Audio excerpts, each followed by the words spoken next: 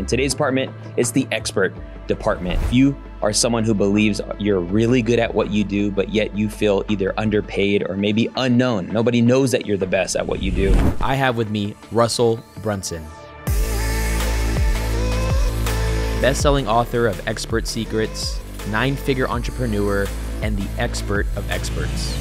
Big mistake people make is they're trying to be like, hey, this is who I am. Like, I can help you. Like, they don't care about you. Like, eventually they will, but at first they don't. They just care about themselves. And so it's understanding, like, who am I creating this for? Like, who's my dream customer? Who's my avatar? What do you wish you would have known a year ago? You know now, like, that's what you start sharing. Everybody I know, they're like, bro, if you just commit a year to a weekly webinar, it'll change your life. If you do a webinar a week, every week for a year, by the time the year's up, you'll never have financial worries again. What are some best practices to get people to the next step? If you ever watch any of my webinars, they're very structured. I don't deviate. In fact, my script I teach is called The Perfect Webinar because it's perfect. So the basic gist is, honestly, this is so cool. I've only had my podcast for like 6 months. It has done really well beyond what I could have imagined. But it's allowed me to be able to interview and stuff. And so I'm grateful. Shout out to Ryan Pineda, by the way, who connected us, and we had a really cool day. Learned a lot from you. Yeah, it was a lot of fun today. And might sound weird for me to tell you this, but I love your mind.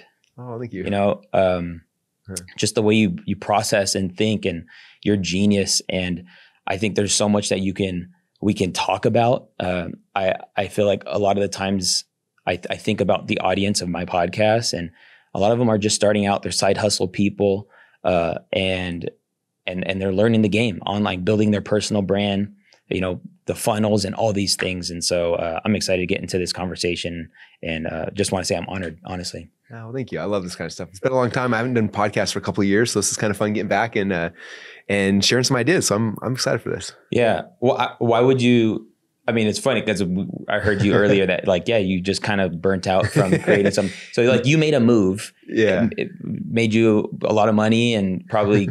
What, did you get comfortable, or you just, was there? No, I launched my third book, and I had never hit the New York Times bestseller list. I wanted to, so I was like, okay, I'm going to kill myself for this one. And so when the book launched, I did hundreds of podcast interviews and radio spots. And it was just like, it was during COVID. So we're already doing Zoom anyway all the time. It was just like, I got so burned out of that. I was like, I'm going to take a break. And then I just never untook the break till literally today was my first podcast back. This is my second. So just kind of, just kind of fun. And, you know, we're in a new phase in our company where we're focusing again on growth and some new ideas, new things we're doing. So it's like, okay, this is fun to kind of reshare with people and get back out into the world and tell everybody hi if I haven't seen you for a couple of years. So. Yeah, that's so cool.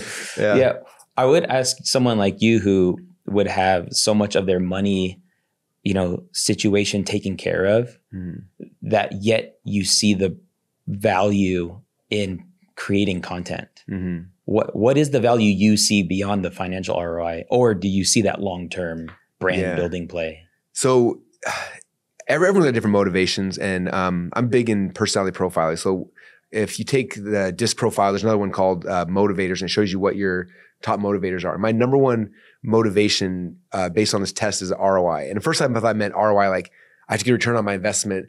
And I kind of confused, like I understand I love business and stuff, but it wasn't that big a deal to me. But one of my coaches who's really good at reading his test, she's like, no, you have to understand like what ROI means is like you want a good return on investment in every situation. She's like, that's why you struggled in school is you couldn't see the ROI. That's why some conversations you hide from, other ones you love. It's like, if you see the ROI, you love the thing.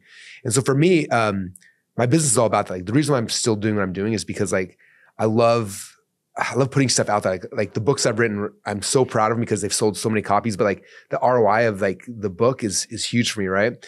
And so for me, it's like the reason why we create content is because we have this moment, which will be cool for the next hour or so, whatever. And then it'll be done, but then it'll go online and it'll be there and it'll live for a while. And like, but it'll like that moment will live on for a year, 10 years. You know, I could be dead in 20 years. Someone could be watching this. Like I'm coming from the grave. Like, what's up everybody? You know, and like, we don't know. And so it's just, it's one of those things where I think creating content is one of the best ROIs of your time because it's not just the moment, right? Like you do a sales call, it's great, but then it's over. You do a live event, it's great, then it's over. Like putting out content consistently, just the ROI of that, like it extends your life, you know? Yeah, I believe there's not too many activities that multiply yourself like that, you know?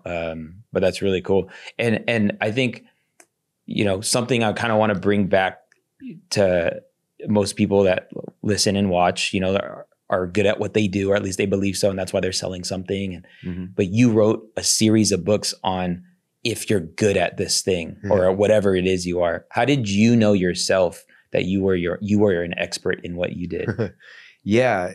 It's one of those things that it's hard when we decide we want to become an expert. Or I don't know if you decided, but it's hard because the thing that we're really good at is like a superpower to us, right? It seems common sense. Like, oh, it's like the curse of expert is what people call it. Yeah, for sure. So for me, like I had started my business while I was in college. I was building these funnels and like, but I assumed that everyone else knew what I knew. Like I saw the people building funnels, like, oh, we all know the same thing. And so I didn't think much about it for the first 10 years.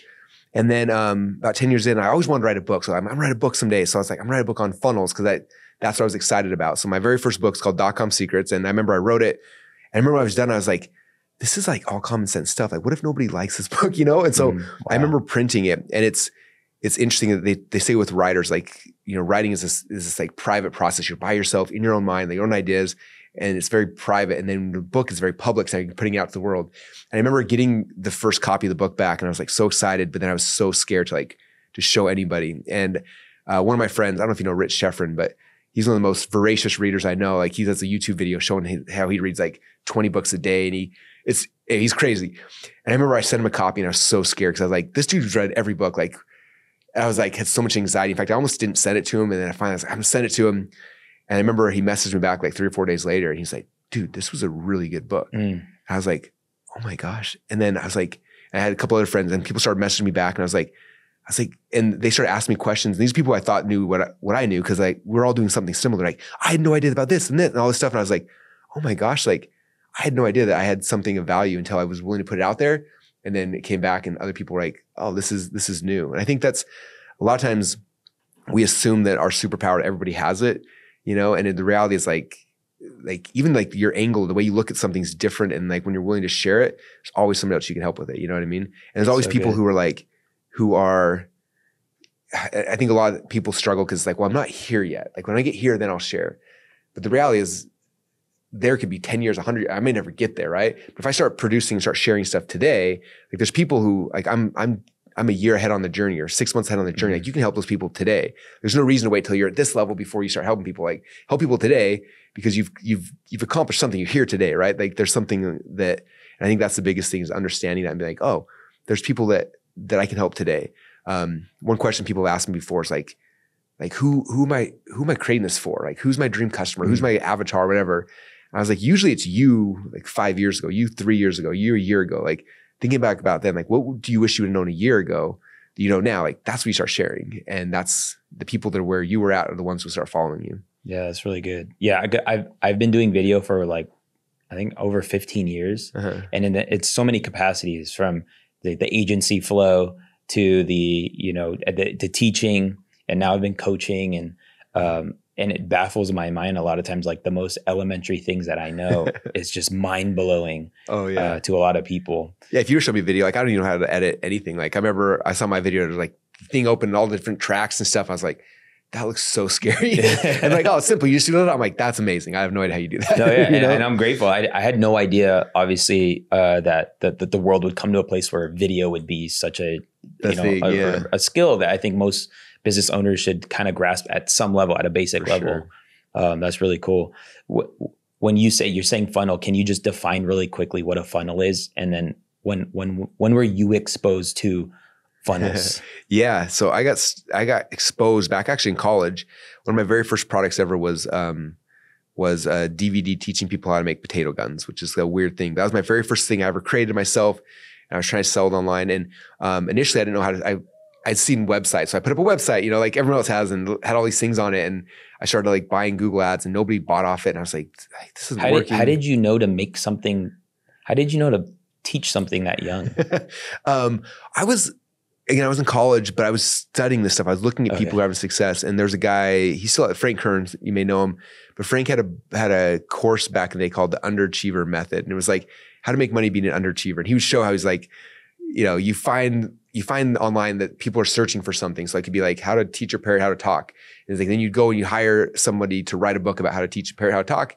And then you put it together and you sell it. So I was like, okay. So I was like, I know how to make potato guns. And so my buddy and I remember I did the research and back then I think there was a site, it was called Overture, for those who've been around for 20 years. It's not around anymore, but you would type in a keyword and it would show you how many people each month were searching for that. Oh, wow. I still remember I was in college. I was like, I typed it in and there was 18,000 people a month searching for how to make a potato gun. I was like, I can sell those people something. And so I remember my buddy we'd made potato guns before. I called him. I was like, hey, I have an idea. We're going to make a DVD, teach people how to make potato guns. He's like, why would you do that? I'm like, I don't know. I think people are going to buy it on the internet. He's like, you're so weird. I was like, but we had nothing else to do. So like, all right. So we borrowed a little, one of those hand camera recorders from somebody, one of the people who lived on our street. And then we drove to Home Depot and clicked record. And it's like, all right, we're here at Home Depot and we're going to buy a pipe. And we showed the pipes to buy. And then we bought the glue and we bought the barbecue igniter. We bought the pieces. And then we went back to, my wife had a job at the shop. So we went to the shop and got permission from the owner, went back there and we filmed us like cutting the pipes and gluing them together and then did the whole thing. And then we snuck into the college. It was on a Saturday. We snuck into college and we found a room that the door was still open and had a whiteboard. So we snuck in there. We filmed us on a whiteboard. Like we found all like the mathematical formulas, how you cut a pipe, like the barrel to chamber volume ratio needs to be this. And so like we're acting like we're scientists, like writing on the whiteboard, like we're so smart teaching it, and just the dumbest thing. So we filmed the whole thing and then we got done. We figured out how to burn it on a DVD and we burned like 10 of them. And then I put up the website and that was kind of how it all started, was that very first thing. And again, at first I was selling like a normal website and nobody was really buying. And then I went back to what Frank was doing. I looked at the way he was selling me, it was different. It was like just a simple page. Like first page, like you land on, it's like, give me your email address in exchange for a free tip on whatever. So I had, give me your email address, I'll give you a free tip on how to make a potato gun. And then I put an email address in. The next page is like, hey, I just emailed you a tip. I got this DVD. It's got like 20 ways to make potato guns. If you want to, buy a copy, it's $27. There's a link down below and there'll be an order button. And that was kind of how it started. So I started doing that and I started buying Google ads and overnight sales started coming in. Like 18,000 people searching potato guns. Every once in a while, one of them saw my ad, they click on it and they'd buy my potato gun DVD. I was like, this is the greatest thing in the world. And it worked for a little while. I remember, cause my wife and I just got married. It was cool. Cause like every day we'd make, one or two sales, make 20 or $30. And I had to pay Google for the ads. Maybe I'd spend $5 on Google ads, but I'd make, $20 or something. And so we'd go out to dinner and like we'd do different, and like, I remember feeling like I was this, like I've arrived, like I'm making money. I don't have to have a job. And then, back then Google changed their algorithm. I was like, I don't know, 3 or 4 weeks into this thing where I thought I was the smartest person in the world, and Google changed how they were charging things. And all of a sudden overnight I went from, I was spending $5 a day in ads. So I was spending like $100 a day in ads. Wow. And we stopped making money. Like we spent $100 and make $20. And like the whole thing after 2 or 3 days, I'm like, oh, and I turned it all off. I was like, oh, like, dang it. Like the whole thing fell apart. And that's when I called one of my friends who was kind of doing a similar business. And he told me, he's like, we were talking about this. He said, the same thing happened to me. He's like, I had an idea. He's like, I created an upsell. I'm like, what's an upsell? He's like, when you go to McDonald's and, you order a Big Mac and they ask if you want fries and a Coke. I'm like, yeah. He's like, that's an upsell. He's like, most of McDonald's, most of their profit comes from the upsell. He's like, go back to your DVD. And he's like, you just need an upsell. When someone buys the potato gun DVD, what's the next thing they need? And I was like, I don't even know what would they need? And he's like, well, after they buy it, what do they have to do? I'm like, well, you have to go to Home Depot and buy potato guns and buy the kits, He's like, you should sell a potato gun kit. And I was like, okay. And I didn't really want to make kits for people, but I started Googling and I found a company, actually, it was so strange, in Idaho that made potato gun kits. Oh, wow. So I called them up, we set up a partnership, and it was like $200 for potato gun kit. And so I made my very first upsell. So someone would buy the DVD, next page, they would buy the potato gun kit for $200. I think I paid them like $30 for it and I got to keep the rest of it. So I made that upsell in there. I turned the ads back on, and the ads still cost me like $100 to sell a DVD, but then like a third of them bought this upsell, and all of a sudden it became profitable. And I was like, this is the greatest thing. So that was like my first funnel ever. And I did potato guns, but I was like, this would work in other businesses besides this, right? And so I started telling people the story, what I was doing. And I remember I met the world's fastest reader, Howard Berg. And I was like, we could do this with your business. And so he taught a course on how to speed read. Then we made an upsell. And I put it all together and we launched it and it started making money. And then I met someone that was doing couponing. I'm like, I can turn that into a business. And so they like would cut coupons. Did you ever see the Extreme Couponing TV show? Yeah, no, she was on one of those shows. So she was like, she'd buy like $100 in groceries for like 6 cents or something. So I was like, that's a business. So I record her teaching what she was doing. We made a little funnel and we sold that. And then I started going niche after niche. Like I found this really ugly guy who was really good at picking up girls apparently. And he's like, I was like, that we could sell that. So I made a video of him like teaching how he was getting girls. And we sold that to a market. And so it was just like every person I ran into who was good at anything, I'm like, there's a business there. So we started filming them, putting them up. And that's kind of how I got started in this business, was just doing that. It was so much fun. So, I mean, I think I listened to that and I'm like, that's so ahead of the time. That like you took something that was in somebody's brain that was natural to them. And it's like, let's get this on video and create something. And then selling something that also, you know, the physical aspect was cool that you had that as the upsell, but for the most part, you were selling something that didn't require any fulfillment. Yeah. Moving forward, we stopped doing CDs with just like the login to member. And it was again, member sites for the member site. We had like a password protected page and like everyone had the same password because we didn't know how to do it any other ways. And they log in and then all the videos were in there and we'd host them on YouTube because that's the only place you could host videos back then. But we'd make them private and then embed them on our page. So it was just people just watching YouTube videos that they pay us for. And like, it was so cool. Are you looking to take your content more serious this year in your business or your brand? Or maybe you're looking to figure out better ways that you can monetize the content that you're putting out to convert your viewers into customers and all those various things. Well, I'm excited to announce my next challenge is coming up, the Content to Cash Challenge. We're gonna be breaking down everything you need to know to make sure that you crush content this year. No more uploading videos and crossing your fingers. That's not a strategy. And I'm gonna be giving you the mindset, the tool set, and the skill set needed to kill it this year, both on YouTube and on vertical platforms like Instagram, TikTok, and things like that. So I would encourage you to jump into the challenge. And if you get a VIP ticket, I'm gonna be doing live Q&A every single day of the challenge. So I'll get your personalized questions answered on these Zoom calls, and I'd love to see you there. Jump in, the link is in the description and in the show notes. Let's get back into the combo. So like you got right into like paid advertising. And then, you know, I'm a big organic guy. I just never tapped into it. I never actually ran an ad. I've gotten all this way just slow, like the slow build, you know? Yeah. What I mean, how would you advise people as far as like their approach now, like where we're at now, like paid ad versus organic approach? And yeah, it's there's pros and cons both ways, right? Yeah. Like paid ads are nice. You can flip a switch and traffic starts coming, but you got to pay for it. And I always tell people like you got to pay one way. Like, you're paying with money, you're paying with time. And so when people have more money than time, like paid ads are the best way to start. But if you have more time than money, then organic's the best way. And I think realistically, it's great to do both because, you know, as you know, organic takes a little while to take off, but eventually over time it becomes this huge snowball. It could be bigger and way better, you know, right. Versus paid. It's like, you know, as soon as you stop paying ads, it stops. Like it's on and off, but it doesn't build over time. And so the hybrid, the best is doing both. That's the best of both worlds. But I think for someone just beginning, organic's the best way to start for sure.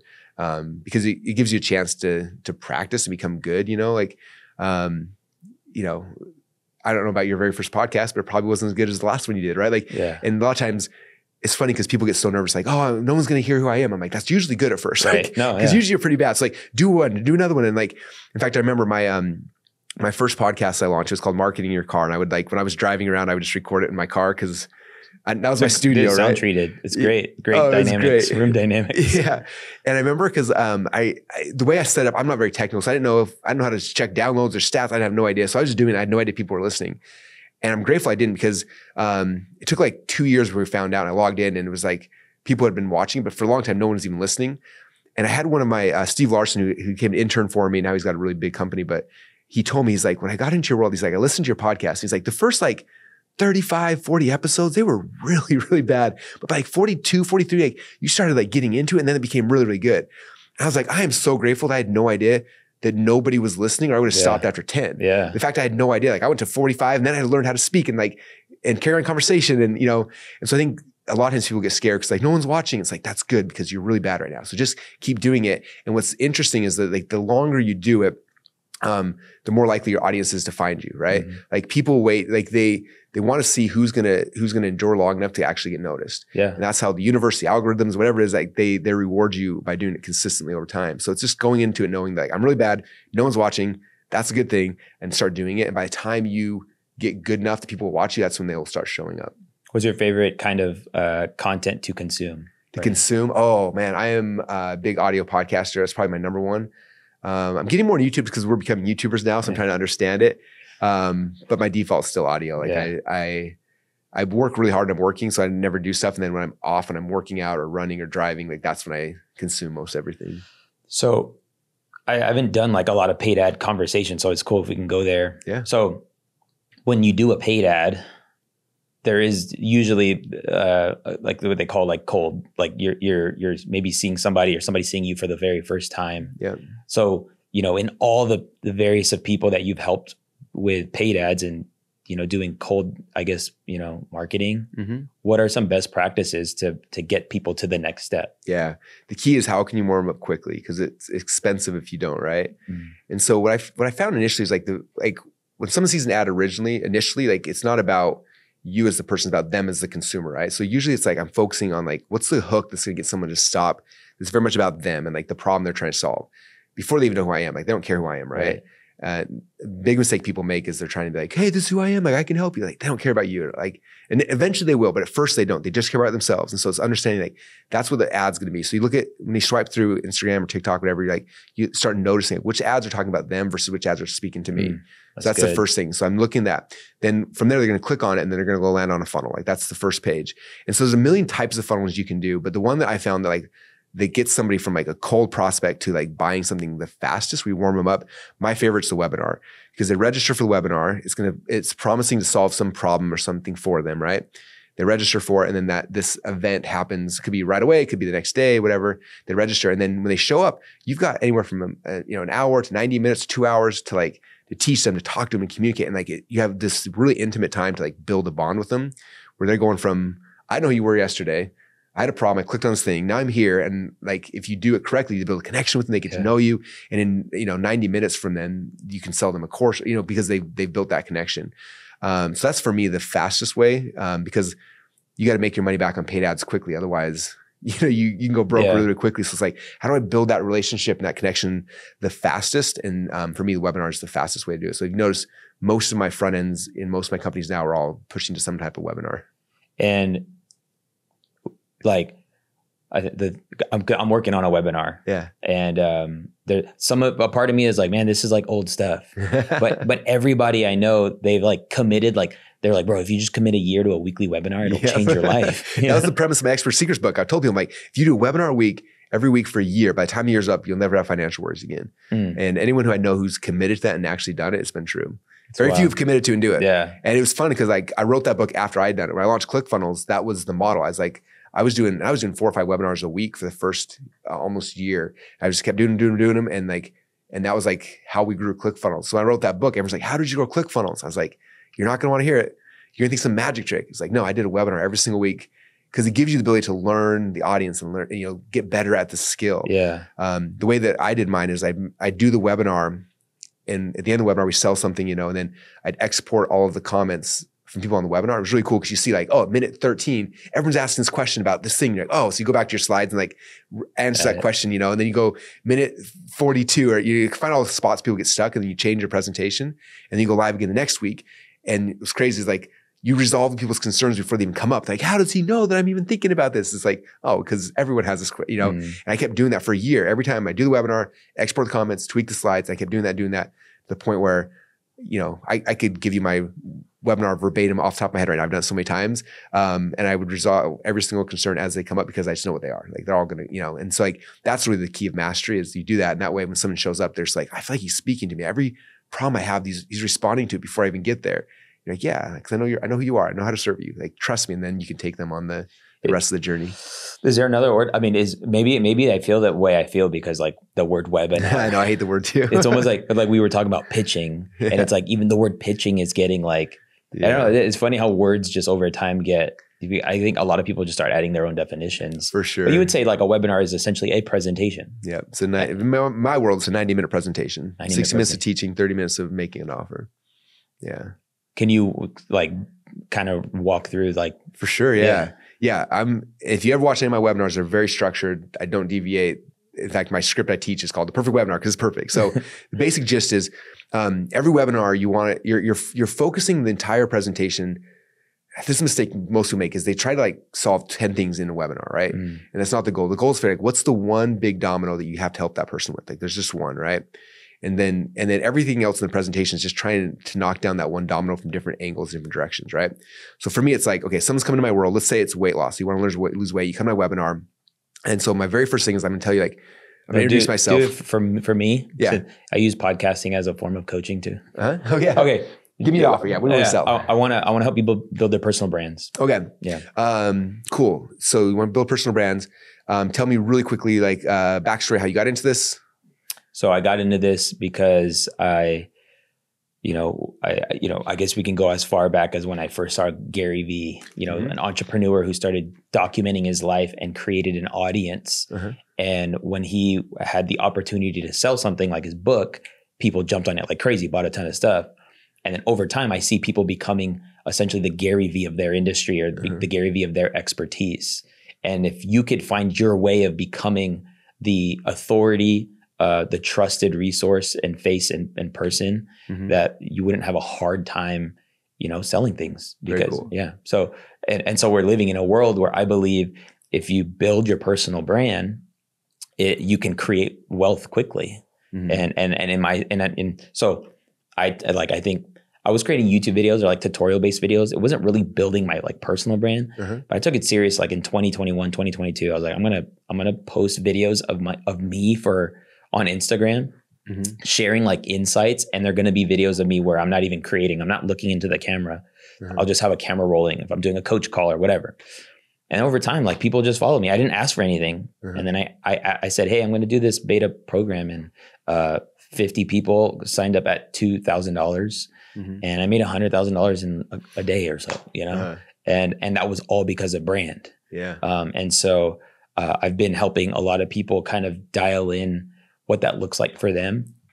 But I just feel like it's one of the most important things you should be building right now. Yeah. Okay. First off, you nailed the first 15 minutes of the webinar. The first 15 minutes is like you get them on, you get them excited, you tell them what the promise is going to be, and then you give some kind of credibility. And then you transition to your origin story about how you discovered the framework you're going to teach them. That's what there. So you have the whole origin story, right? You tell the origin story. And the mistake people make is they think the origin story is about like their origin story. Like, when I was 12 years old, it's like the origin story, how you discovered the framework, right? And so you just did it perfect. You went the whole thing. The other thing I would add in more the mistakes you made along the way. Like I tried this, it didn't work. I tried this, it didn't work. I tried, like things that you tried that didn't work until you discovered like, this is the way I'm going to do it, right? And then at the end of it, it's like, and I discovered, this is the framework I discovered. And for you, I would give it like a proprietary name. Like for me, like I call my framework in the ClickFunnels world, it's called funnel hacking. This is the funnel hacking framework that we teach people. This is what I discovered. So you make a proprietary name for the framework you discovered. What would you call it? I do have like maybe it's not it's a proprietary name, but I teach from a quadrant that I came up with. It's called the content quadrant. Okay. For building your brand. Very cool. And it's a square because it's a quadrant. And like the top left is the messaging and the mindset. The next one is the method and the makeover. It's how you're going to choose to show up and how it's going to look and all those things. Then the third is the money. How does this all make sense, financially? And then the fourth is multiply. It's like, okay, I tackled the YouTube giant. Now it's time to do the next thing, so. Okay. By the way, you're doing webinar perfect. So after you tell the origin story, discover the framework, then you transition to, I break it down to 3 secrets.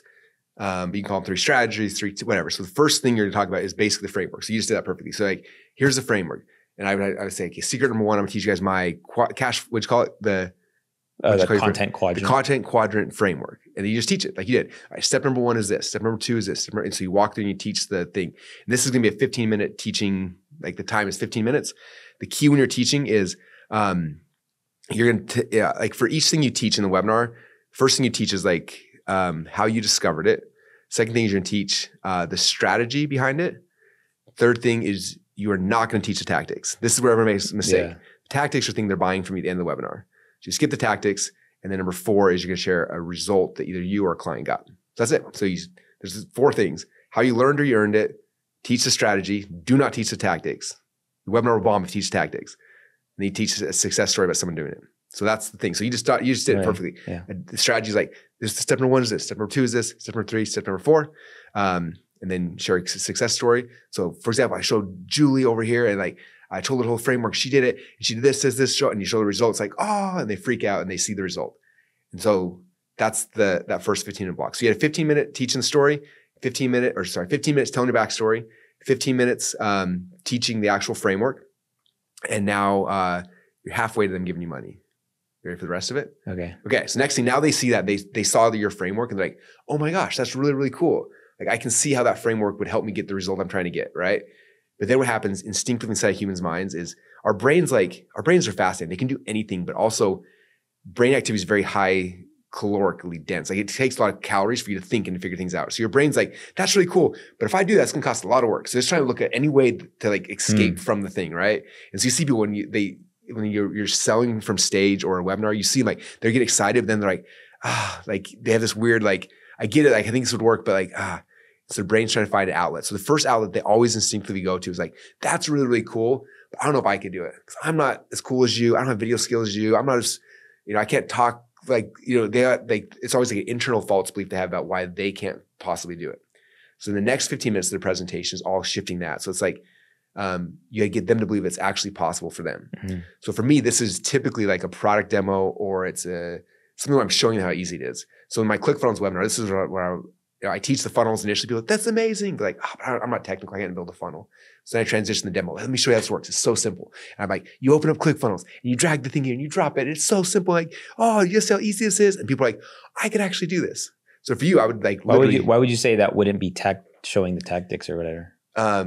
Because it's not showing. So the tactics would be, if I'm building a funnel, it's like the tactics would be like, okay, step one, we're going to set the meta tags on the funnel. Okay. Step two, we're going to do like the minutia. This is more like, like we're going to open the thing. Here's their pages. You click on this. Here's how you drag and drop. You see how cool that is? So they're seeing like, oh, I could do that. Yeah. So if you, I don't know if it's video editing or something, but I'd be showing like, this is how easy. Like I get my iPhone, I film the thing from there. I clip it out. I use the AI, it chops it all up and then like it's done. And I post it on YouTube. That's it. And they're like, I could actually do that. Right. So they see that. So all of a sudden it's like, oh, I could do it. So first step, the first secret, the goal is to get them to believe that like the framework will work for them. Or the framework is the thing that will get them the result. Number two is that they can actually do it.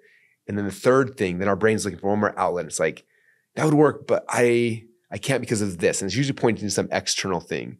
So in my world, it's always like, I get them to believe that funnel is like the best thing that'll grow their company. Mm-hmm. They believe they could build the funnel, but I don't know how to drive traffic. In the weight loss market, it's usually like, I believe that this diet would work for me. I believe I could actually do the diet, but my spouse always has junk food in the house. My kids have cookies. Like I can't do because your brain's trying to blame somebody else.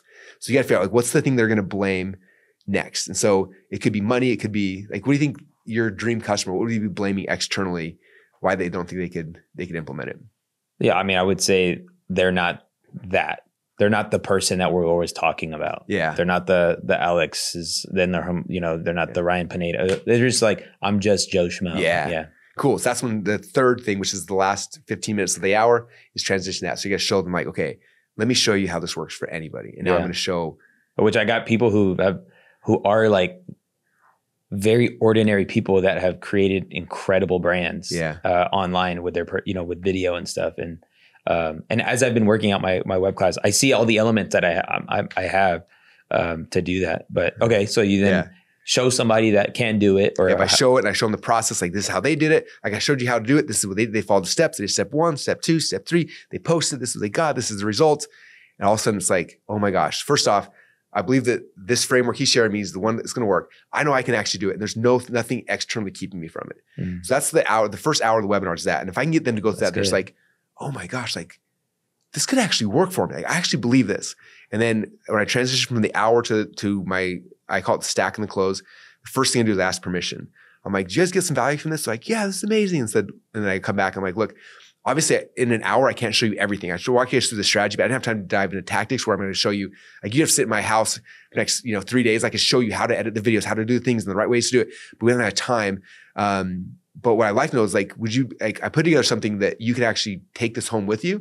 And that way, over the next 2 or 3 weeks, you could have videos from me showing you exactly how to do this. Are you cool if I spend 10 minutes going through a special offer that'll help you to actually implement everything I talked about today?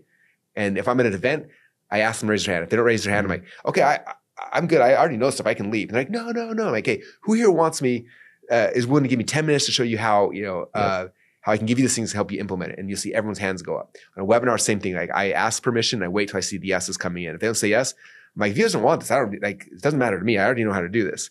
And I wait for them. And as soon as they get yes, they say yes. Then everyone gives me permission to sell. I do not sell till they give me permission. When I used to not do that way, I would go to an event and I would transition to sell. And you see people popping up and walking out angry. It's like, oh, he's just trying to sell me something. And so I make sure the hour is complete. They got value. I've been told that I transition. Some people are doing that on the front end now.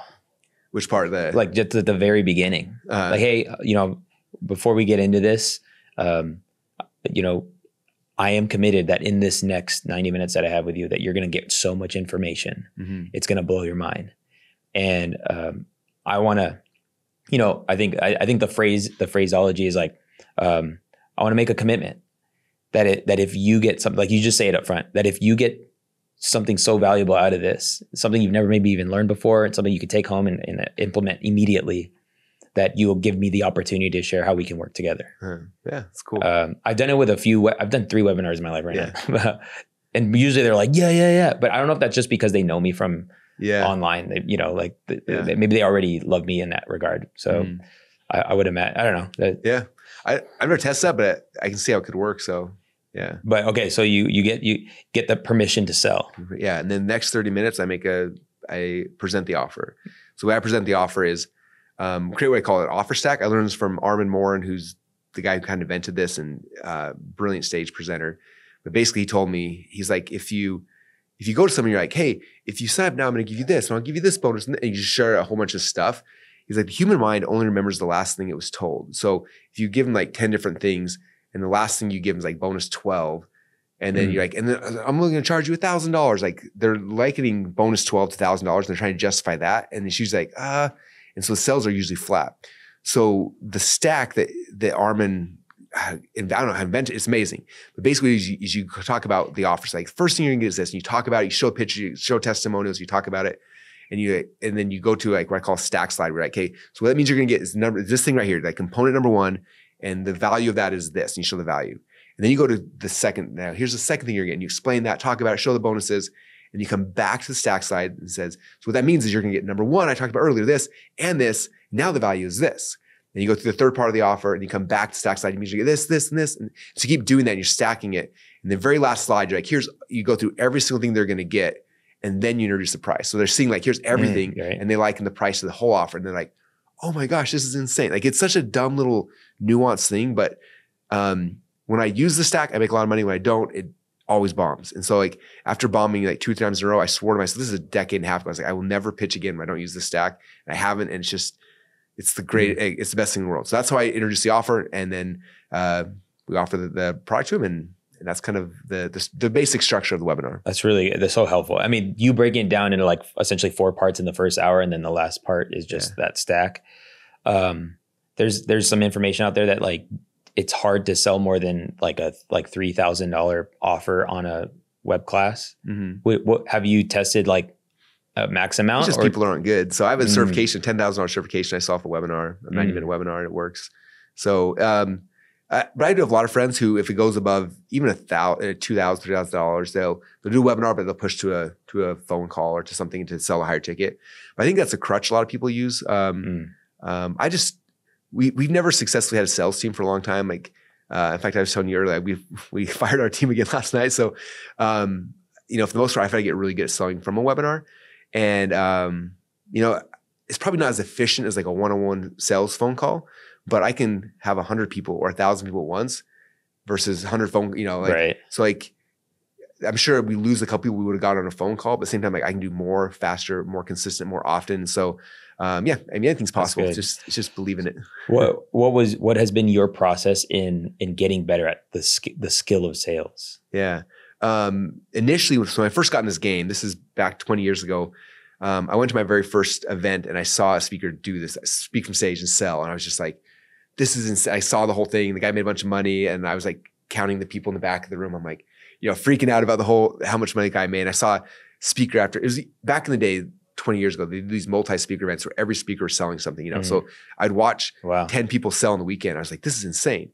And I remember watching that. I was like, I have to learn this skill set. So I hired some coaches who were doing that. So I kind of learned it. And then I would just go to a lot of events. And so a lot of times I speak at an event, but I would show up day one and I watch all the other speakers to see how they were doing it. And it was just fun because everyone had their own little nuances. Like Armin had the stack, Joel Bauer's one who asked for permission before he introduced the close. I'm like, that's a great idea. Like I would just watch everyone's thing and I take notes. I'm like, oh, that's cool. That's cool. And I go back to my slides, I add it, and then I would try. Usually the first 1 or 2 times I try, like I would mess it up or I'd look stupid, but I was like, they did it so cool. So I'd like watch them again until I could perfect it and I got better at that. And so I spent 10 years on the road at events going city to city, doing these kind of things. And it it was interesting because back then, some events I show up to and there'd be 500 people, which was, for me, was amazing. Some events I show up and there's like 8 people there and like half of them were speakers.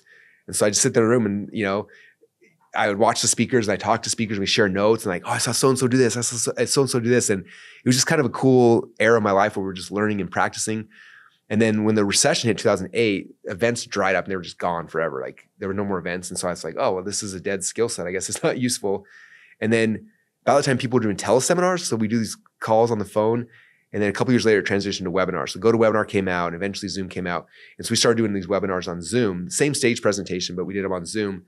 And it worked as well, if not better. Wow. And what's crazy is most of the people who were, all these speakers that I knew back in the day, like when the recession hit, they all retired and they quit. And so it's crazy when events came back and I started doing webinars, I was the only one doing webinars. Like I just used my old pitch. I started from there and I started innovating and no one else was doing them. And I was just like, this is crazy. Like this is like the easiest thing in the world. Everyone's like, how did you learn how to do that? I'm like 50 different people I learned from. And so the Expert Secrets book was like literally the book of like me showing every single, like slide by slide, what I do, how I position it. But it's just from all these amazing people I learned from back in the early 2000s who were some of the greatest stage presenters in the world. There's a guy named Ted Thomas. They used to call him the Pied Piper of selling. And in fact, there's videos online. If you Google him, or YouTube, you can see like he'd have this line of people behind him and they all have their credit cards in hand. And he's like walking into the back of the room. And like, it was crazy. Like we're watching videos of him. And one day I'm speaking at an event. I look out and I see him in the audience. I was like, oh my gosh, like I know that guy. I was so scared. And he sat there watching my presentation and then he got done. And, after I got done, he like invited me to lunch. And I remember we were talking and he was asking a bunch of questions. I'm just kind of nodding when I'm talking to him and not knowing anything. And then he stops talking. He's like, look at your head right now. And I'm like, what? He's like, look at your head. And I'm like, oh. He's like, you're nodding. I'm like, yeah. He's like, do you know how I did that? I'm like, no. He's like, it's the thing I do called trial closes. He's like, the thing you're missing in your webinar or your presentation. He's like, I sat in the back to watch. He's like, everyone they were engaged in your presentation, but nobody's heads moved the whole time. They're all just sitting there.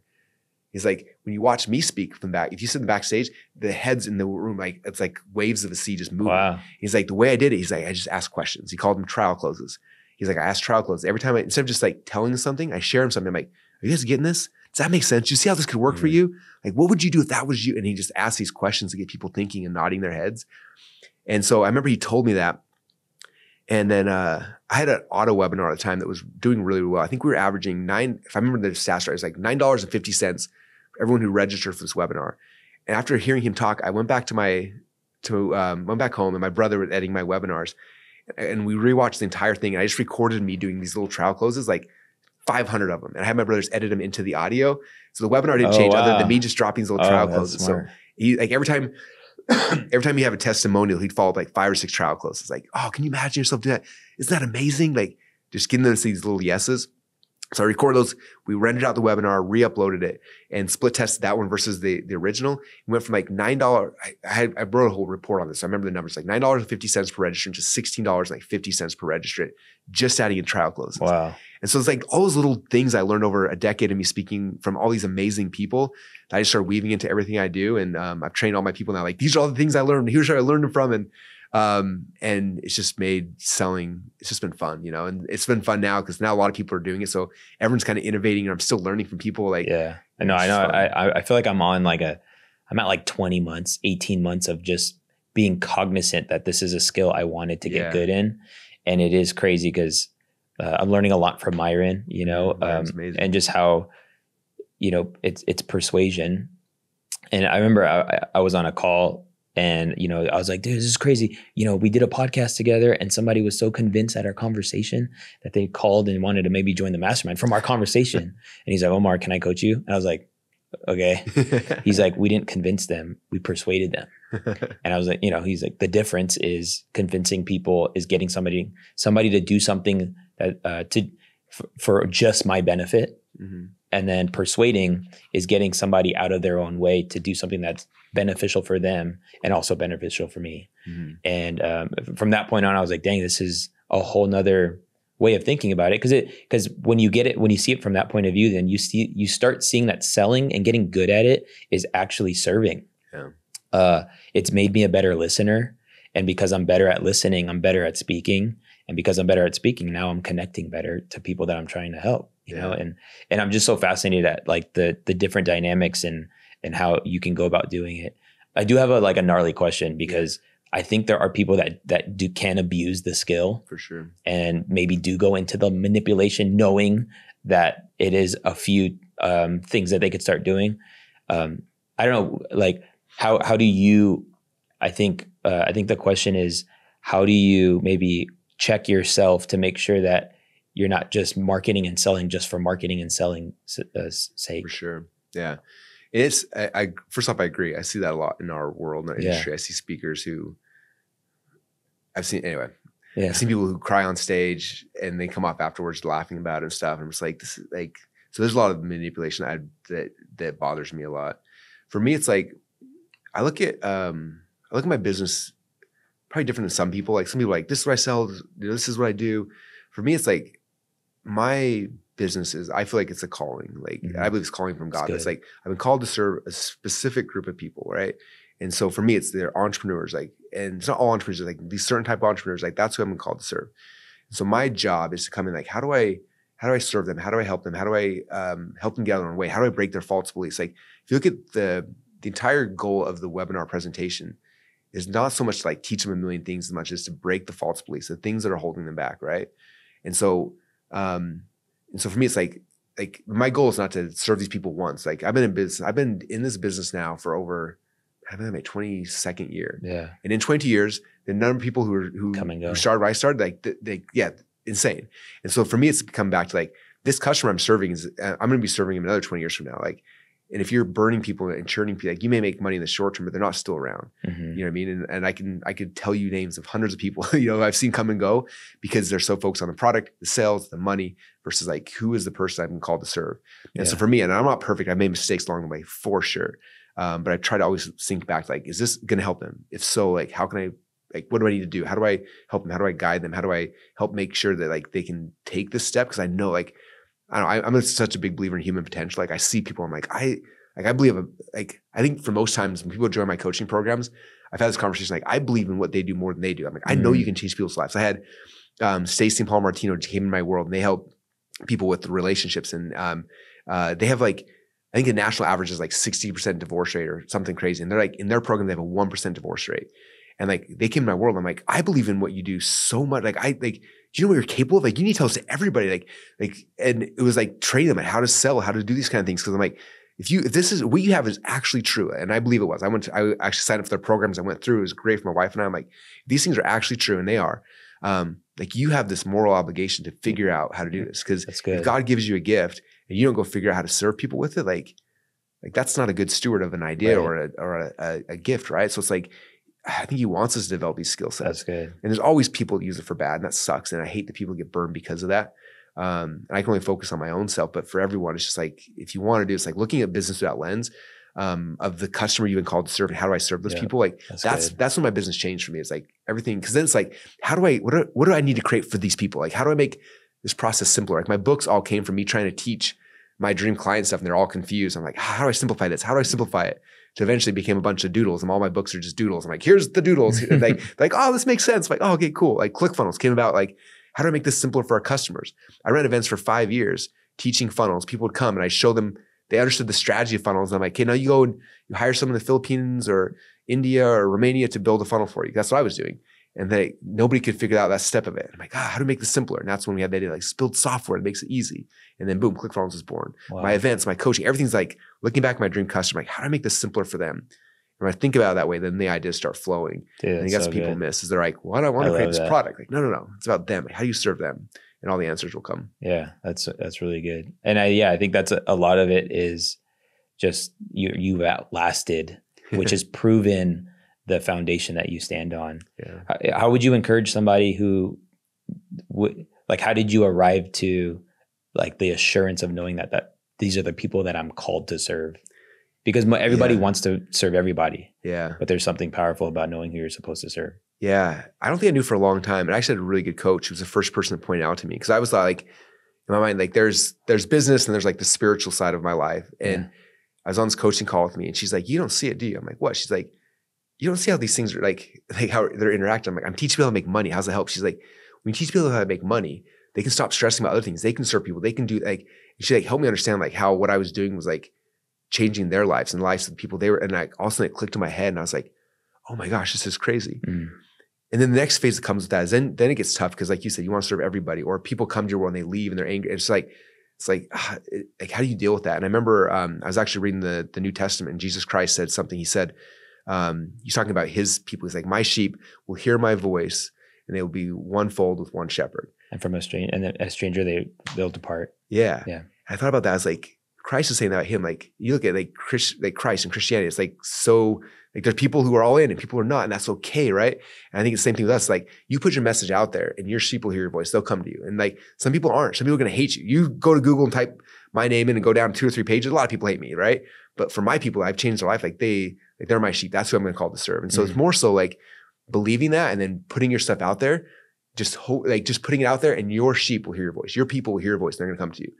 That's just the law of nature. It's how it works, right? Yeah. And just understanding that, being okay with it. Like I have people all the time who want me to do all these other businesses, other things. I'm like, those are all amazing things, but those are your things. It's not my thing. Dang. They want me to come and like invest in their startup, or they want me to do their charity. I'm like, that's your calling. It's not mine. My calling is this, and this is who I've been called to serve.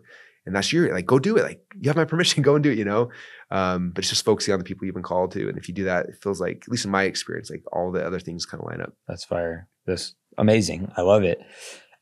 You've made, so it's like, it's a cool pattern, like knowing that you're called to a specific, to serve a specific individual. And then I would say God honoring that by you just walking in it. And as a result, and this might not be everybody's, maybe story, but you've made a lot of money. And we, I don't know, spent hours just jamming and, just hearing your mind and all that stuff. And you have such a drive to still do more. I don't know. I would say like it's convicting, because like something in my mind says like, I have this point where maybe I'll get, and then maybe I'll pull back, or like how, I guess the question is, what makes you like really keep going, and not get too comfortable? Yeah. I think a couple of things. Number one, I really like it. So that's part of it. Like I enjoy it. I enjoy the people. I enjoy the process. Number two is like, I thought about this a lot because, again, I believe in calling, and it says in scriptures, many are called, but few are chosen. It's like, why? Like, and I believe everyone's called. I believe everyone's called to serve a group of people. Most people never do. It's like, why are they not? And I was thinking about this a little while ago. I was like, have you ever had the experience where like you have an idea but then you see someone else does something with that idea, you're like, oh, I had that idea too. And we're like, oh, frustrated. And I was like, my thought, my guess, I don't know, I might be wrong, but I feel like God gives everyone these like ideas. He's like, I'm going to give you an idea, and I'm going to see what you're going to do with it. So for me, I look back when I first started this business, like potato gun idea. Let's just see what he's going to do with that. And he's like, I'm going to give you an idea. I'm going to see if he's going to be a good steward of that idea. He gives it to me, and it's like, oh, Russell did, like, it was a potato gun. It's stupid. Who cares? But like, he was a good steward of an idea. I'm going to give him a better one. Here's a new idea. And then it's like checking him. Is he going to be a good steward of this idea, or is he not? And if I am, then he's going to give me another one and another one. I think about this because I was in this business for a decade before the idea for ClickFunnels came out, right? And if I would have got the idea day one, first off, I wouldn't have been able to handle it. I wouldn't have known. Yeah. But it was like each thing led to the next, and it increased my capacity, right? Like I got better because of the thing. And then God's like, oh, he's a good steward of ideas. Let me give another one. And so like I felt that in my path for the last 20 years doing this game. And for me, like ideas keep coming, and I want to be a good steward of the ideas that are coming to me. And so I feel that's part of it for me as well. It's just like, I don't want to be the guy's like, I'm done. Like, no more ideas, please. Stop them coming. Like, because then what does that say about me? You know what I mean? Like, I want to be someone who's a good steward of the things that come to me, so they keep coming to me because I love them. So that's been kind of my thought. Again, it may be wrong, but in my head, that's how it works. And so I just kind of look at that. I'm like, okay, bring me the idea. I'm going to execute on it, just do it, and hope for the best and see what happens next. No, I felt that. I felt like before I went off and started like the whole video department thing, because I served a lot of other people's businesses, companies, and organizations. And I felt like it was time, and I kept like kind of putting it off.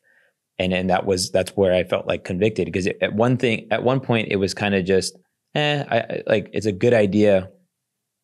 Like it's okay. Everything's taken care of. And then it got to a point where I started feeling like if I don't do this, I will feel like a bad steward, and I can't live with that, and so I think there's just good, like to have the security knowing that you're called to do a thing. And then that's why you can be in it for so long, and that's the one thing that we can't, no guru can can teach somebody how to do. Yeah. It's just like something you just have to arrive to yourself. When just on a personal standpoint, like, so what's your choice of investing your finances that you're making above and beyond your living to, I don't know, maybe generate an inheritance for your kids and what's your choice of investment? So I paid off all my houses because that's, people are like, don't do that, stupid. But for me, I just want the security of knowing that if I do some gamble that's stupid, like I still have my house, So that was the first thing. And then we invest a lot in experiences for our family. We do really cool things for the kids. And then for me, it's like, I don't know, I'm not like a traditional investor by any stretch of imagination. Like for me, it's like, I invest in old books. That's my thing. I've spent in the last 3 or 4 years, probably $15 million in old books and manuscripts and things like that. And I'm building a museum and a library and an event center to create experiences for people, because there's some really cool things I've discovered and found. And so that's where I invest most of my money. Wow. And it'll turn into, like, what I'm creating will turn into a business that'll keep paying for itself. But I'm trying to create something that's bigger than just me. I look at some of these authors I collect, like some of the greatest minds of all time, and most people have never heard of their names. You've heard people heard of like Napoleon Hill and some of the bigger names, but there's always amazing people who, some of the greatest minds ever. They wrote books, they put these things out, and then within a generation they're gone, right? Yeah. So for me, I'm trying to figure out how can I figure out how to like take these people's legacies, what they created, and I want to extend. I want to like bring them back to life, and so that's what my whole core thing I'm doing right now is that. Partially because I want to like get these messages out and like extend their life, but also it's like I want to, again, I come back to ROI. Like, what's the ROI of my life? Like, I want to make sure that when I die, that I'm able to look at it and be like, man, like what I did didn't just end when I died. Like, I want just to live forever. So I'm trying to figure out a process and a business to extend the lives of my favorite authors for forever. And by doing that, I'm hoping to be able to like take my legacy, my books, and my stuff I've been creating to have it also be able to live forever. So that's like the weird thing that I invest my time and money into. But it's really, are you just like on eBay every day? Every day. I love eBay. I have a lot of people I've met up through eBay who are scouring, garage sales, bookstores, like everything for the things I'm looking for. But that's super cool. It's really cool. Like, side note, we just put an offer on a 60,000 square foot movie theater that we're going to be turning into an event center, museum for all this stuff. And we'll be, I'll be doing events, bringing people in to like come see, like, I spent $1.5 million on a pre-first edition manuscript that Napoleon Hill wrote before he wrote Laws of Success. And like, because I want people to come and see these things, and then I can tell then they'll care about Napoleon Hill and like what he did. And like, so it's like, it's going to be cool. It's the first ever like personal development museum on the planet with all the coolest archive. Anyway, so. And that's going to be in Boise, Idaho. Yeah. That's so super cool. Yeah. Dude, that's so, I mean, just inspiring to hear all the things. And you kind of left your CEO role to just focus in on, and mistake me if I'm wrong, I just kind of heard somebody that because you love the funnel stuff so much and like the strategy, that you're okay to stay in that. Oh, for sure. Yeah. I'm not a good CEO. Not a good operator, but I'm great at building funnels. That's why it's funny, because like I had this huge company, but I never wanted a company. I just wanted to build funnels and to do my art, because funnels is my art. So for me to do my art, everything else had to be created around it. Tony Robbins talked about that. I remember the first time I met him in person, and I was like, this is such a cool business. He's like, I'm not a business. He's like, I'm not an entrepreneur. He's like, this is my art. He's like, I had to figure out all the rest of this so I could do my art. And I was like, oh, it's so, I'm like, that's how I feel. Like, I'm not a business person, right? My art is funnels, and like that whole process is my art, and like everything else was kind of a byproduct. So yeah, as soon as I was able to like not be the CEO, I stepped away quickly, because that's not my core talent. My talent's the art, and that's what I want to focus on. Dude, that's so good. Just a lot of things to consider, think about, and I know a lot of people got a lot of value. Where would you like people to go and check out your stuff? Like, what do you got going on right now? Man, if you go to russellbrunson.com, there's links to everything there. But come check out my podcast. I've got a marketing podcast. It's fun. I'm about to launch a personal development podcast. We have some really cool stuff happening on YouTube. But yeah, just come plug into any of my. I'm everywhere. So if you look for me, I'm on all the different places. So. Dude, and I would encourage you to check out the trio of books. Yeah. That everyone I know that has read those books, they're stinking rich. It's just, I don't know. I mean, go read them all. That's the secret. Dude, I appreciate you. Thank you for being on. Yeah, it's fun, man.